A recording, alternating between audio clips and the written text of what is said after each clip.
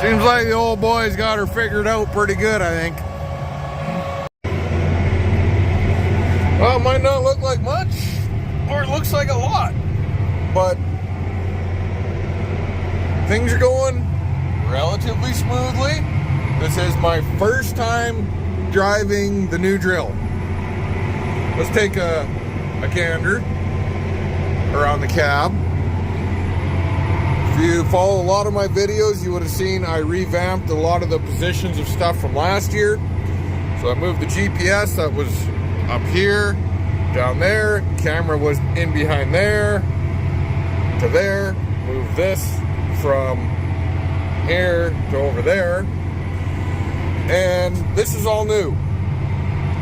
This is the iPads that control the big expensive seeder behind us. This is a switch block for it, and this is the second iPad. So this is the master, or the control device. This is, they call it user device, but it's slave. This is just essentially display information. I can't edit anything. This is where the processing and adjusting happens. So we've done 3 laps of the headland, just because we're still getting used to how she turns and filling in the gaps. Kind of had a tight corner there. We'll watch her pick up here. I'll steer, but she'll start picking herself up. It is a little sluggy on the pickup, I find right now. I think we might have to either change some settings or do some different plumbing. But we're still in the first field, and it's going pretty well, I think. Where's my line? Where's my line? Pretty close to there. And right now, the biggest thing is kind of a Ricky Bobby thing. Like, I don't know what to do with my hands, because this guy takes care of it automatically. One hand's holding the camera, the other hand's right here, as you can see, and it's sinking shanks on its own. We're doing 5 miles an hour. I take the corner, and really, if I paid for a better GPS, it would probably automatically corner for me, and I'd be just along for the ride. Semi-autonomous at that point. So the drill itself, if you're unfamiliar with it, it's a Vaderstad. It's a 2024 Vaderstad 7012 toolbar cultivator, fancy cultivator, and a PD 1000 tank. And it's an Icon tank. So Icon is this iPad system where it's, I wouldn't say all that customizable, but it does your look aheads, your shutoffs, your variable rate. This is the brains of it. That doesn't have the tank lights on by the look of it. I'll show you that once I take this corner.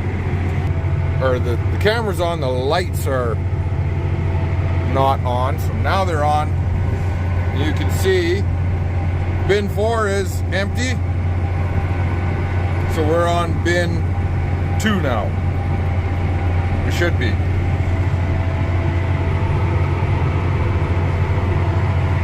This is our map created by the Icon system.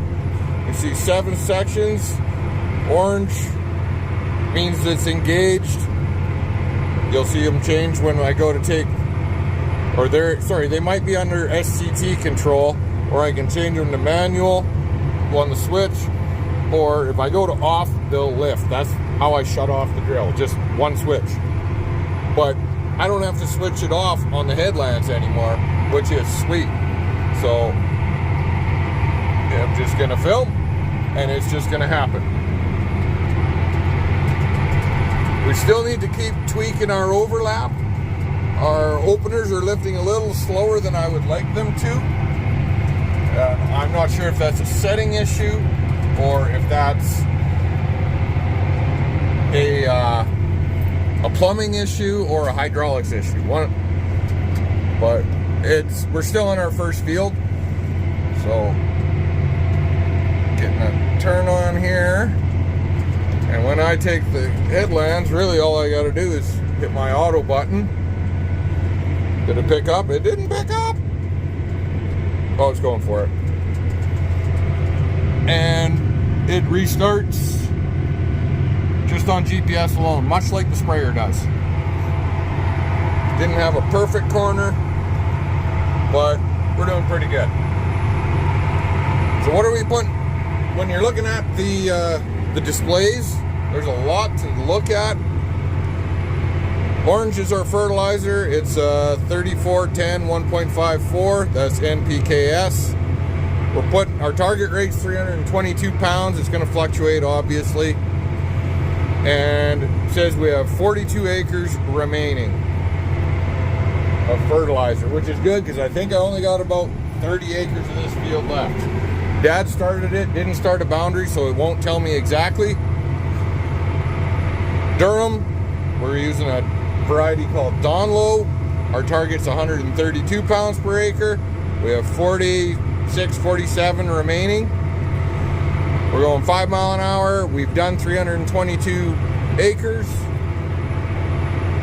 You see our fan speeds, our packing pressure, some other display stuff that will bore the hell out of you. Over here, we have a lot of the same at the top, but we have our blockage going on for each tower.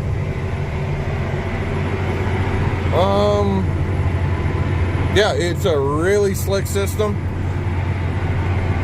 There's nothing in tank 1. We're going to change out some rollers and then probably start filling that. That'll get us an extra 10 acres of fill.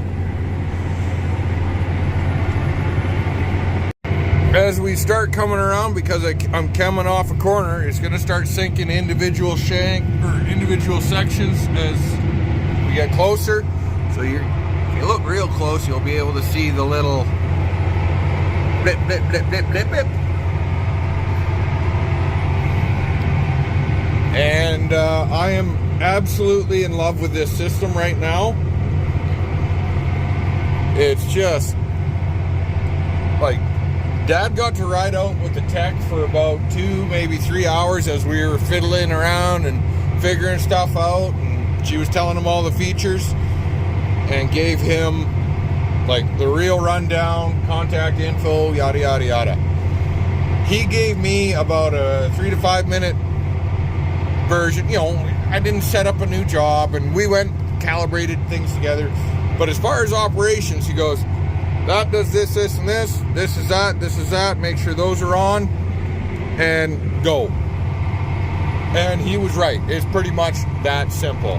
It's a very intuitive, very user-friendly system so far. There's a lot of cool features. I don't know where everything is just yet, but I will show you something once I turn on this headland. We're just doing a short little 60-acre piece. There's like 299 or 297 acres on that side, and I think there's 60 acres or 61 acres on this side. If we get all of every last acre, there's a couple little potholes and wet spot. I think it works out to be 360 acres on the pins.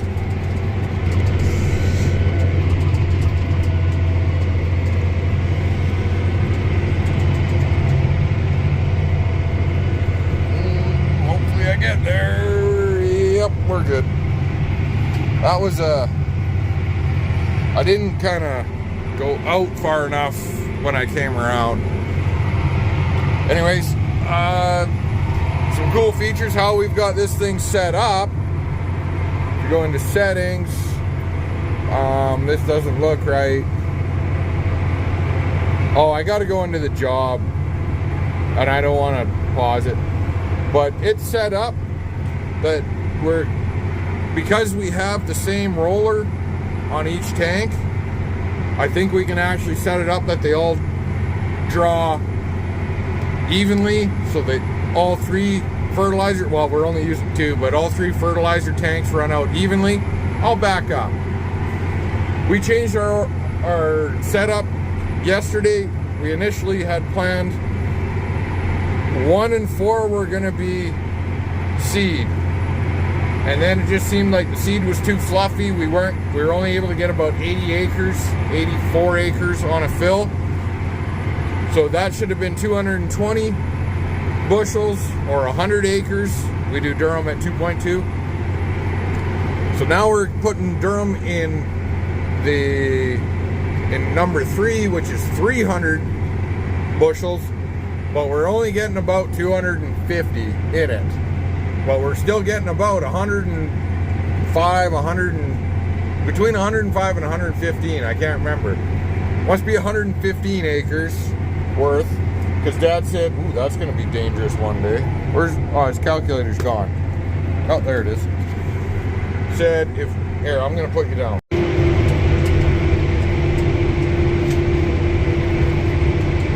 Aren't you lifting? So, we have lots of options going on here, which is really cool. But we initially set ours up that it was going to be bins 1 and 4 were going to be seed, and 2 and 3 were going to be fertilizer. Now we found out that with the seed treatment, we weren't getting a lot of bushels in. We weren't getting even close to 200 bushels. So we were getting about 135 in the 160 tank. So we didn't even bother putting anything in bin 1. Bin 1's not had any product yet. After the first tank, we ran out bin 3 and 4, and we flipped them. They had the same rollers, we just had to shift calibrations.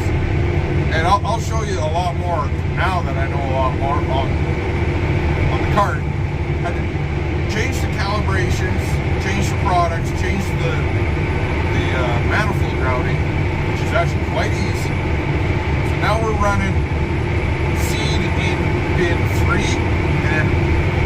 and that gives us about 115 acres worth of seed. And if we were to fill all of the fertilizer, no, sorry, I did it. I'm trying to remember. Dad did math on it. Must be I'm not sure, but one of them runs out. It's got to be the fertilizer runs out early. So we get 115 acres worth of seed and 105 acres worth of fertilizer. So we're filling every 105 acres. Now, once we install those next rollers, we're going to get about